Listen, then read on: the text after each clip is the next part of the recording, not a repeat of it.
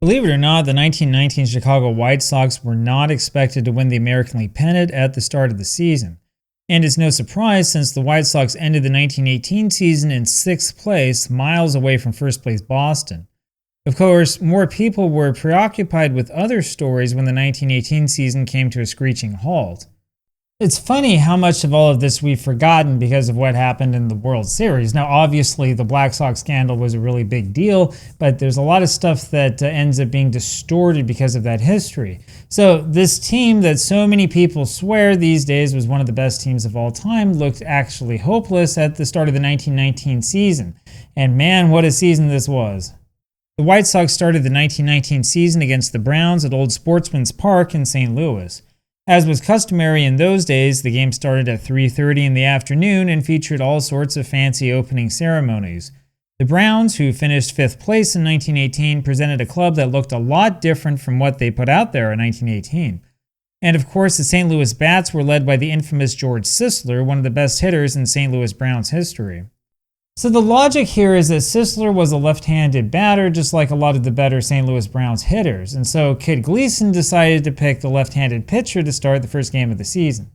Claude Williams, better remembered as Lefty, got the call to start on the mound, and the St. Louis newspapers reported specifically that Lefty got the nod because he was left-handed. Meanwhile, the Browns chose Dave Davenport, a player who has long been forgotten. Davenport made a name for himself in spring training when he beat the Cardinals twice in the best-of-7 St. Louis City series. Browns fans were enthusiastic that spring. White Sox fans, meanwhile, could only hope that their new manager could perform some needed magic. And there you have it. So let's go ahead and jump straight on into this. We'll go ahead and get Diamond Mine Baseball open, and we have that open to where we were last time around. It's been a couple of days. I've been looking forward to doing this, and I wanted to make sure that I did it the right way, which is the reason for the delay. So we'll go ahead and jump straight on into this. I've read a lot about this game. I've read as much about, we want to have a little bit longer delay here, maybe something like this. I've read about as much about this game as I have about any other game in the history of baseball because there were about 3 different newspapers I looked through and wanted to figure out, what everybody was saying and all of this stuff. There's not really a whole ton of surprises, I want to say, in these lineups. I'm going to look through this really quick and see. Probably this guy right here, Herman Bronke for the Browns, is probably a guy you haven't heard of. Bronke had a couple of cups of coffee, was kind of semi-regular with the Browns in 1919, as you can see, and this was just about it, and he never played in the majors after this season. He was actually well known for his time with Indianapolis in the American Association in between 1914 and 1918, but of course, people don't really think that much about what was happening over in the American Association. The White Sox all have players that you have definitely heard of, so we'll get over to those in a second. We'll just go ahead and go along with it. So let's see what happens. Here we are at Sportsman's Park in St. Louis. So where I am right now, it is snowing again. And it's February 6th, is that today? Yes, February 6th. I hope that it's not snowing wherever you are. It's going to be a long weekend because we're supposed to get a little bit more snow too. And so here we go. It's Davenport on the mound, and the first pitch to Leibold is popped up and out of play, and it'll be 0-1 on Nemo Leibold. Leibold, of course, very good against the right-handed hitters, not so good against the lefties. You might think, well, maybe that didn't matter so much in 1919. Food for thought is that the first switch hitter in Major League history was in the major leagues in 1871, so it's always mattered.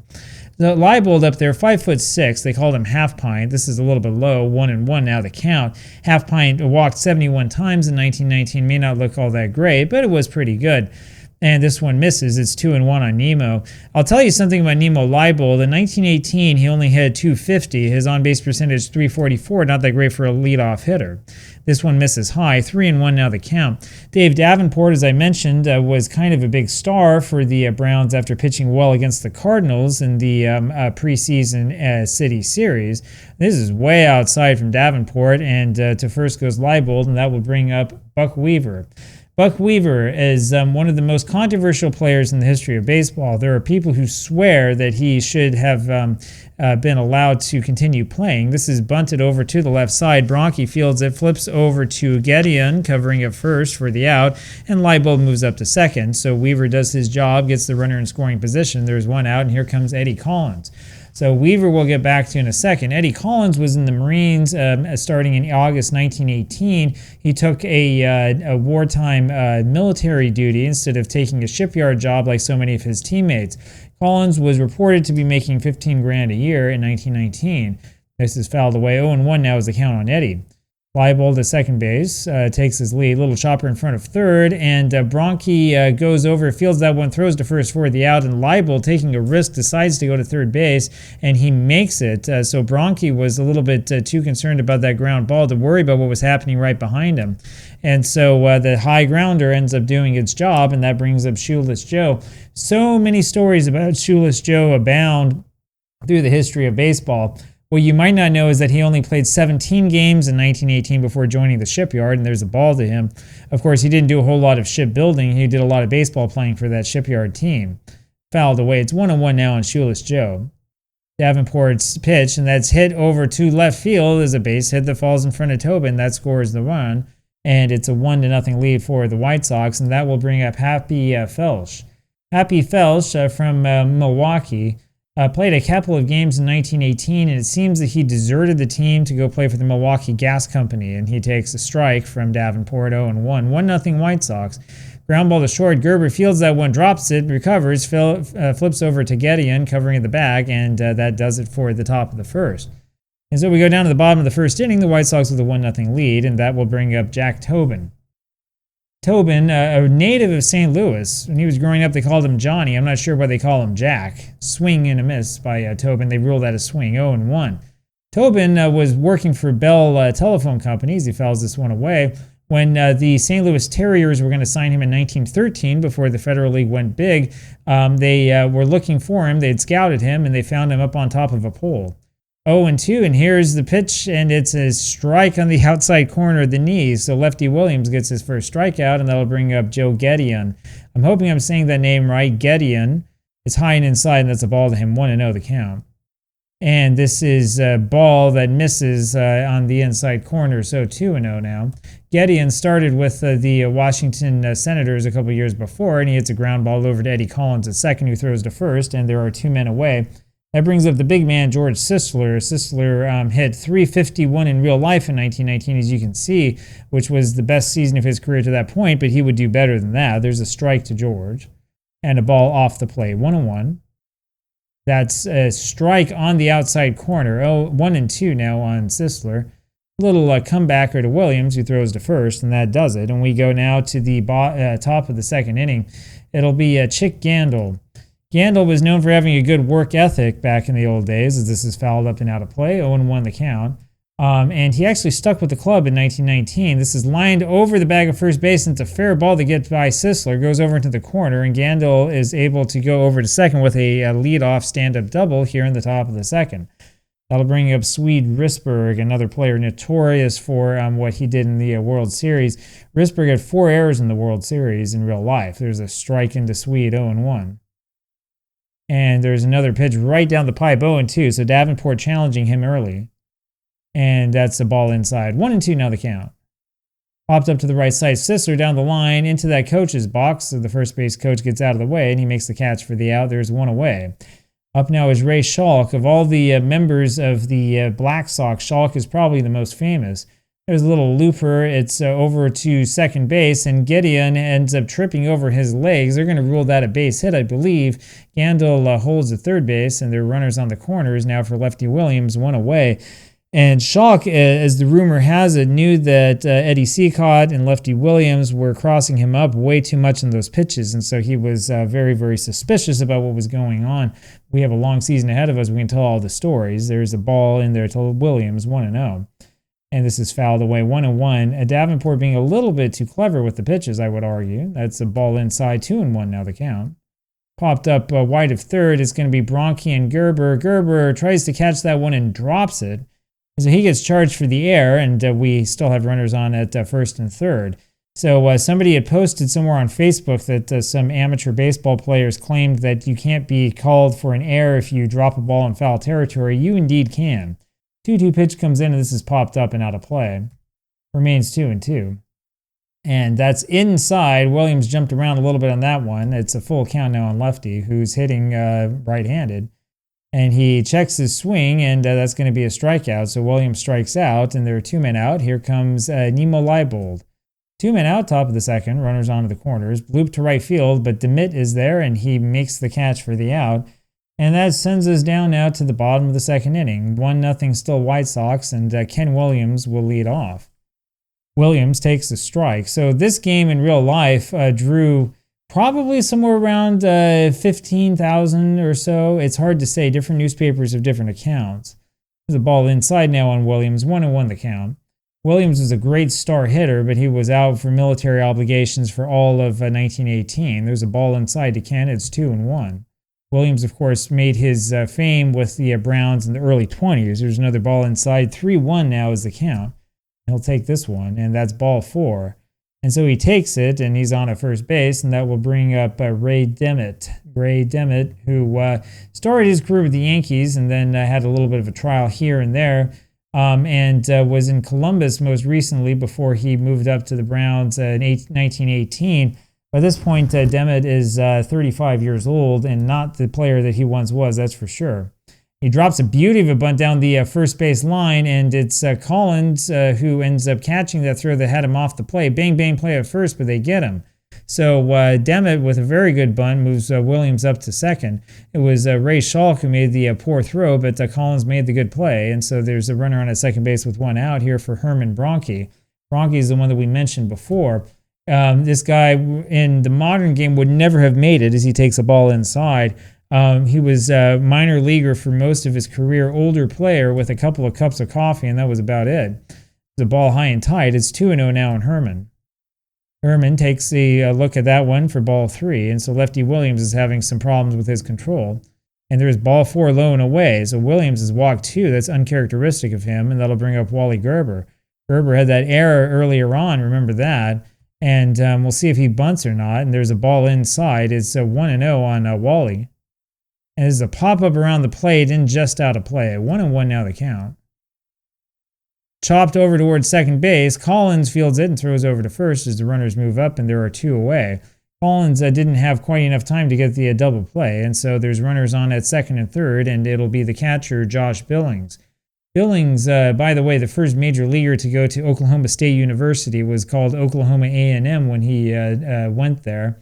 He was a part-time player for most of his career, was with Cleveland in 1918. There was a trade on February 10th, 1919 that made headlines, at least in St. Louis, and that's what brought him over to the Browns. There's a ball inside to Josh. It's 1-0 on him. He has a real hard time with lefties. A little ground ball down third base, and it's Weaver who picks that up and throws to first for the out, and so we go to the top of the third inning. Good play there by Buck Weaver as he leads off the top of the third. So Weaver, of course, had a good World Series. He had a $7,250 contract that he signed in 1919, the beginning of the season, for hitting 300 in 1918. Fouls this one away. 0-1 now the count on Weaver.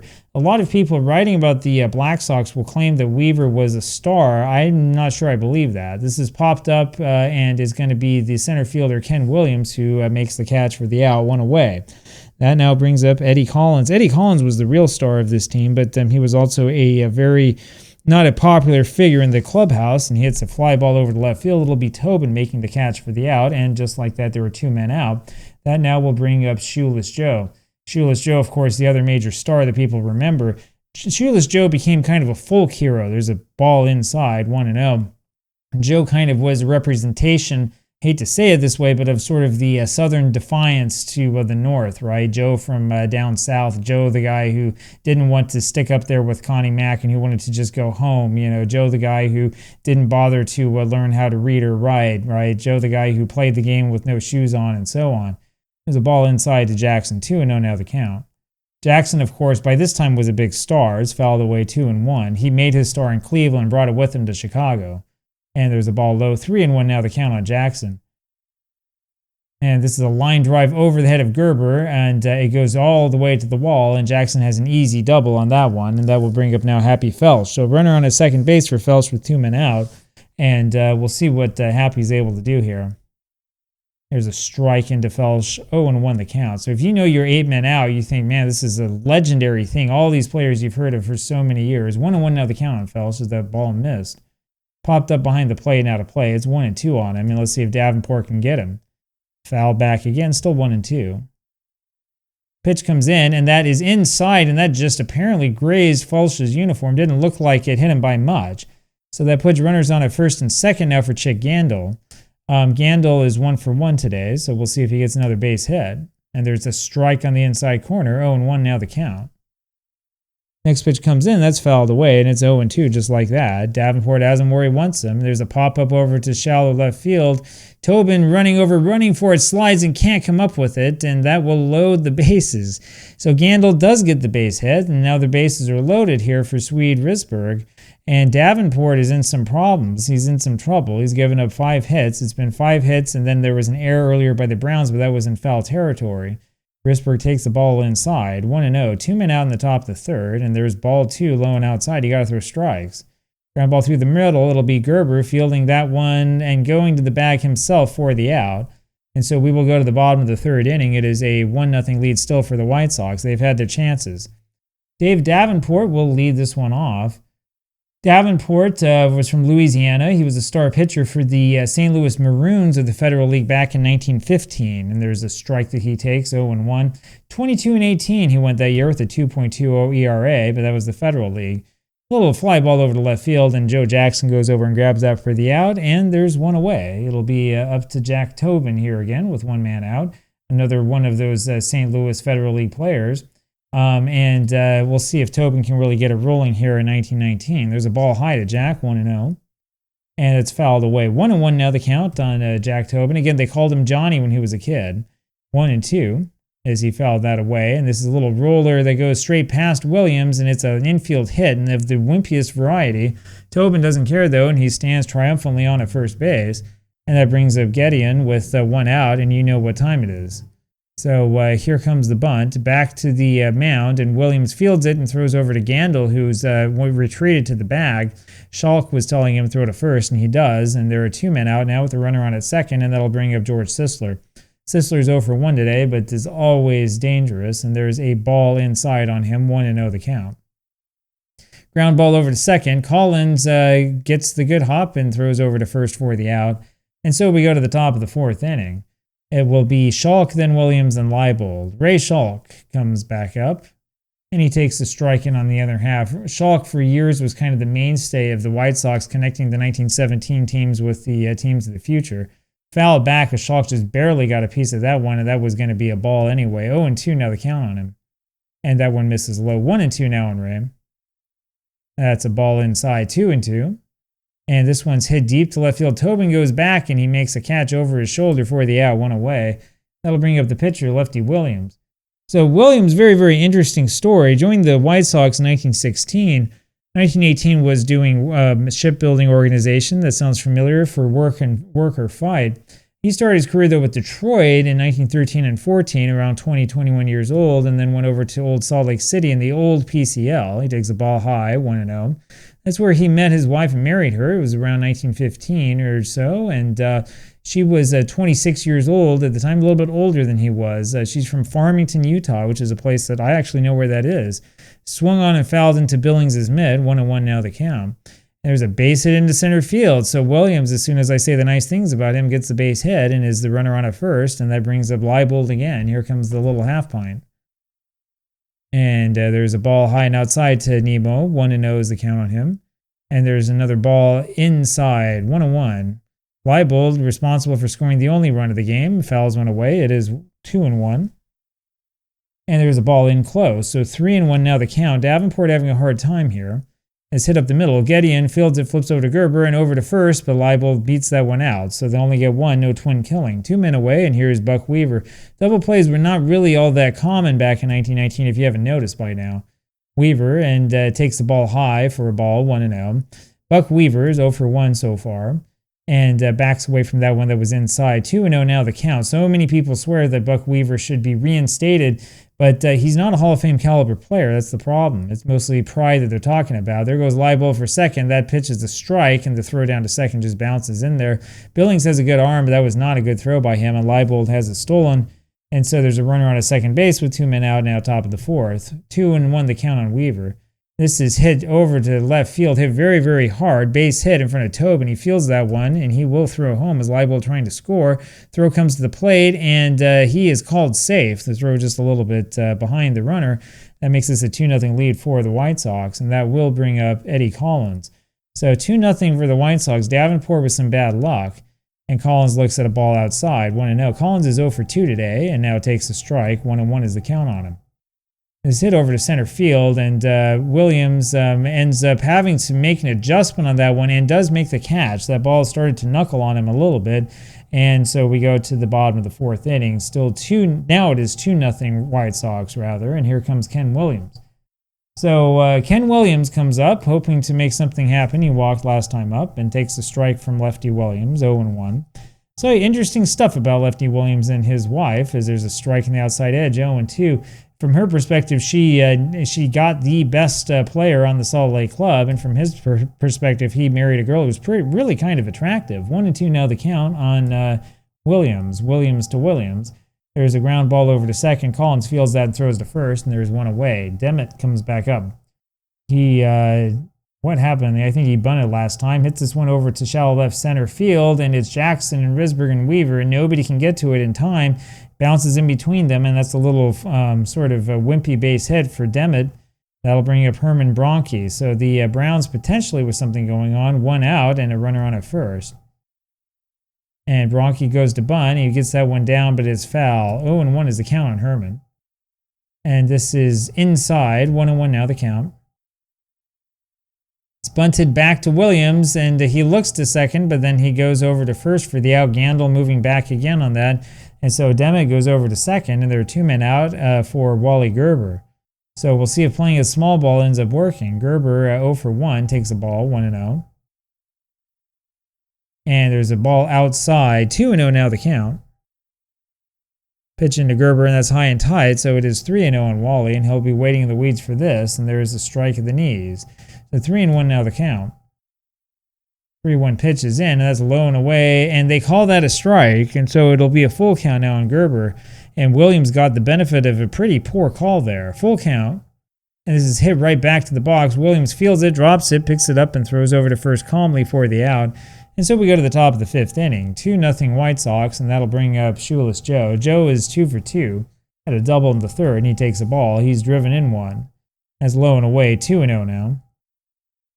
And he holds up on that. It's 3-0 now. Davenport having a hard time with the control, and that's off the plate. So he has walked Joe Jackson on 4 straight pitches. That'll bring up Happy Felsch. Felsch today is 0 for 1 and turns to bunt and lets it go by for a strike. 0-1 on Happy. There's a ball. 1-1 now the count.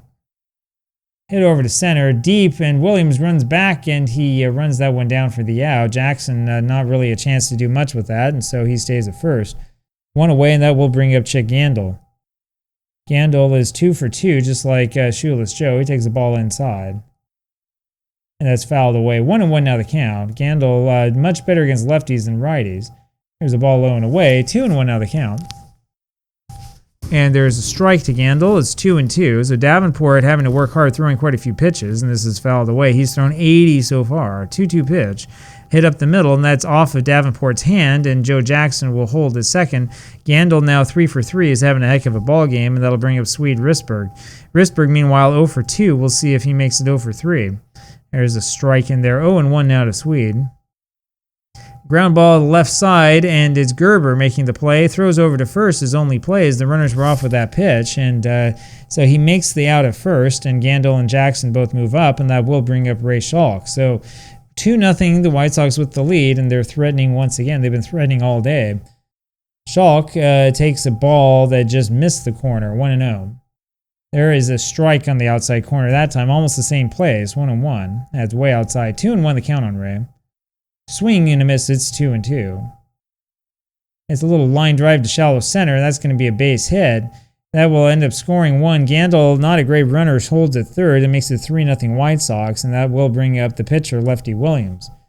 So Williams comes up, and he's popped up, and it's out of play.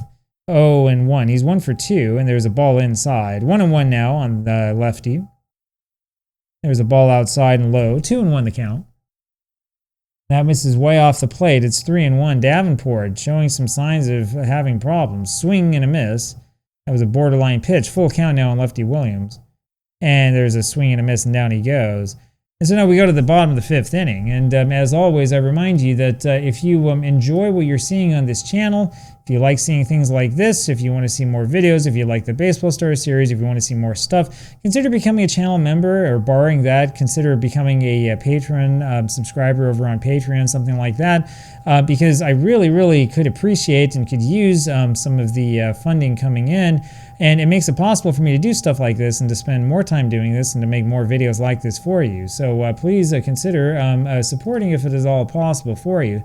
And we go down to the bottom of the 5th inning. It'll be Josh Billings here for the Browns. Only down 3-0. And there's a strike in there to Billings. This game's still within reach. And this is hit over to center field, and that falls in front of Happy Felsch for a base hit. Only the 3rd hit of the game for the Browns.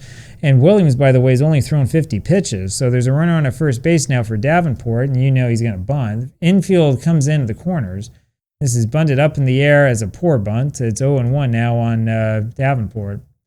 This is bunted back now to Williams. Williams throws over to Gandil, who goes back when he was in close, of course, and makes the play. Davenport not much of a base runner. Billings moves over to second, and that'll bring up Jack Tobin. Tobin is 1 for 2 today. We'll see how he does. Here's the ball. Strike, away. Schalk lined up away, and they gave him the strike. 0-1 now the count. High and tight, and it's 1-1. So Williams playing some chin music. It's fouled away off the hands. 1-2 now the count on Tobin. And that one misses somehow. 2-2. This is grounded to the left side and through. Weaver dove for that ball but had no chance. Billings is thinking about scoring, but we're going to hold him. Not with that ball hit to left field. And Jackson, of course, with a good arm. That puts runners in the corners now for Joe Gedeon.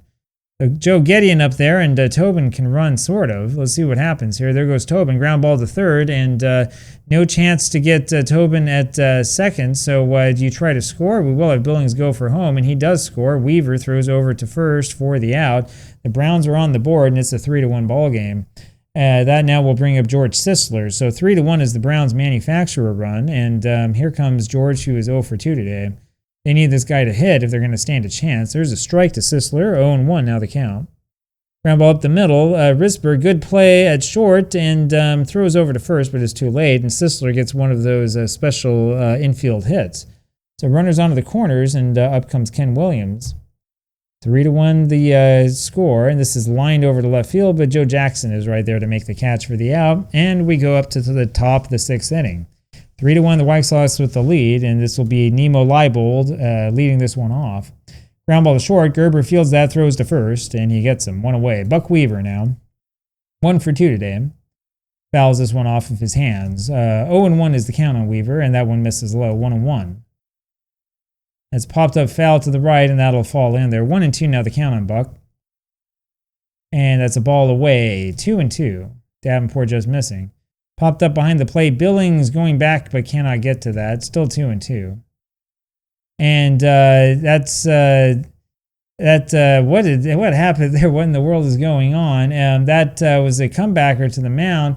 Davenport had it and threw over to first base for the out. And this is an example of one of those sort of double take type bits of play-by-play here from Diamond Mind. I wasn't sure exactly what happened, but it was a comebacker straight to Davenport, who fielded it well, threw over to first for the out. Must be a rare play. So there are 2 men out, and here is Eddie Collins.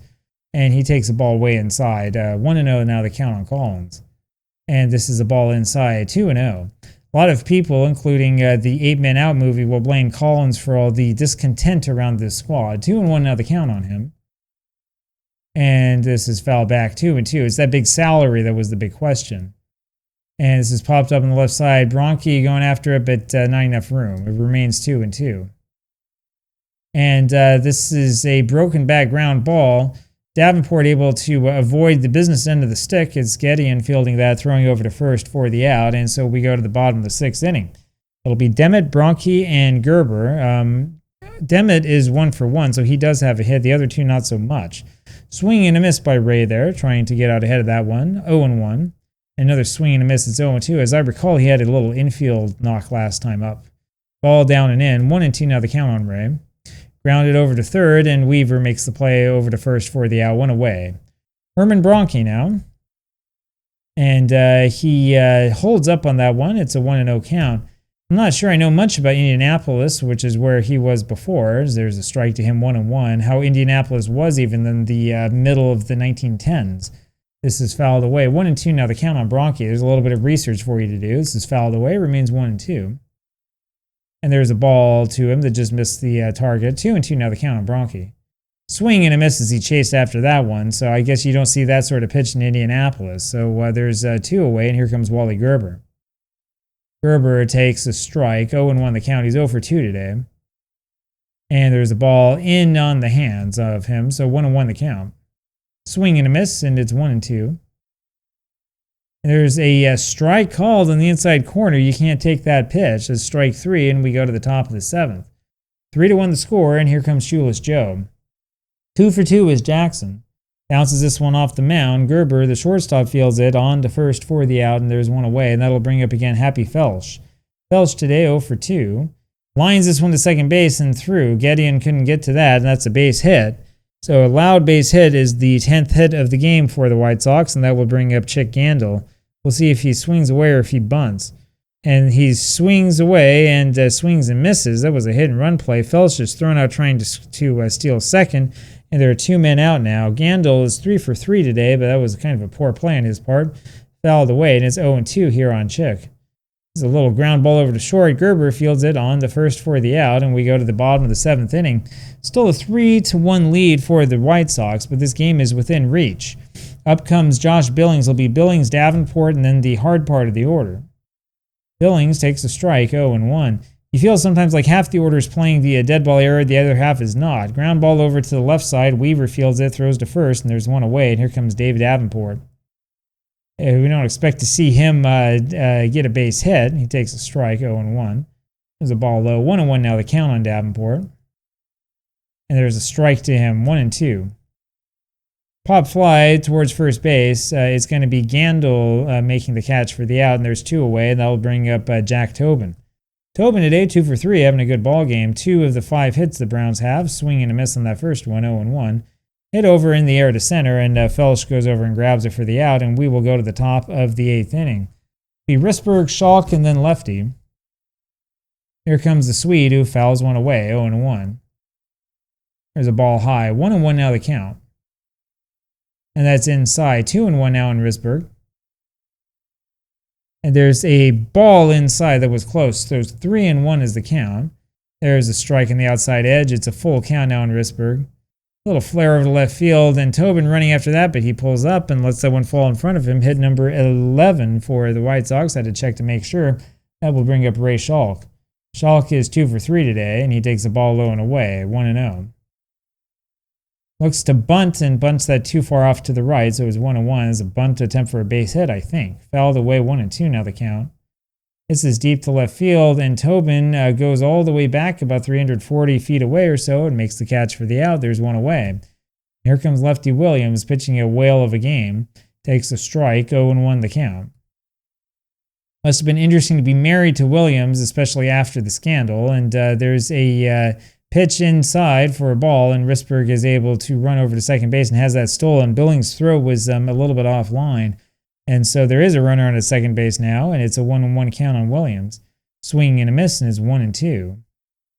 Strike 3 is called, and that was outside, but they ruled that a strike. So 2 away, and that'll bring up Nemo Leibold. Over 3 is Leibold. Takes the ball outside, 1-0. Way inside that time. 2-0 now the count. Ground ball to the right side. It'll be Sisler backing up for that one. Flipping over to Davenport. He just gets there in time for the out. That's that play. Every time it happens in real life, the announcers always say they spend all the spring training working on that one over and over again. Paid off this time around, so we go to the bottom of the 8th inning. It'll be Joe Gedeon to lead this off, and then Sisler and Williams. There's a ball high to Gedeon. 1-0. Hit over to short. Risberg, good play. Throws to first for the out. 1 away. George Sisler now comes up. 1 for 3 today. Foul the way down the left field line. Jackson, Risberg, no, they can't get there. 0-1. There's a ball outside. 1-1 now the count on Sisler. It's shot right back over to Gandil, who fields it and walks to first base himself for the out, and there's 2 away. That will bring up Ken Williams. Williams is 0 for 2.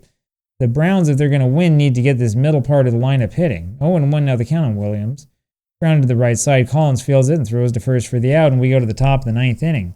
This is a much faster game than that Red Sox-Yankees game. Buck Weaver will lead this off. He's 1 for 3. And he takes a strike in the outside corner. It's 0-1 on Buck.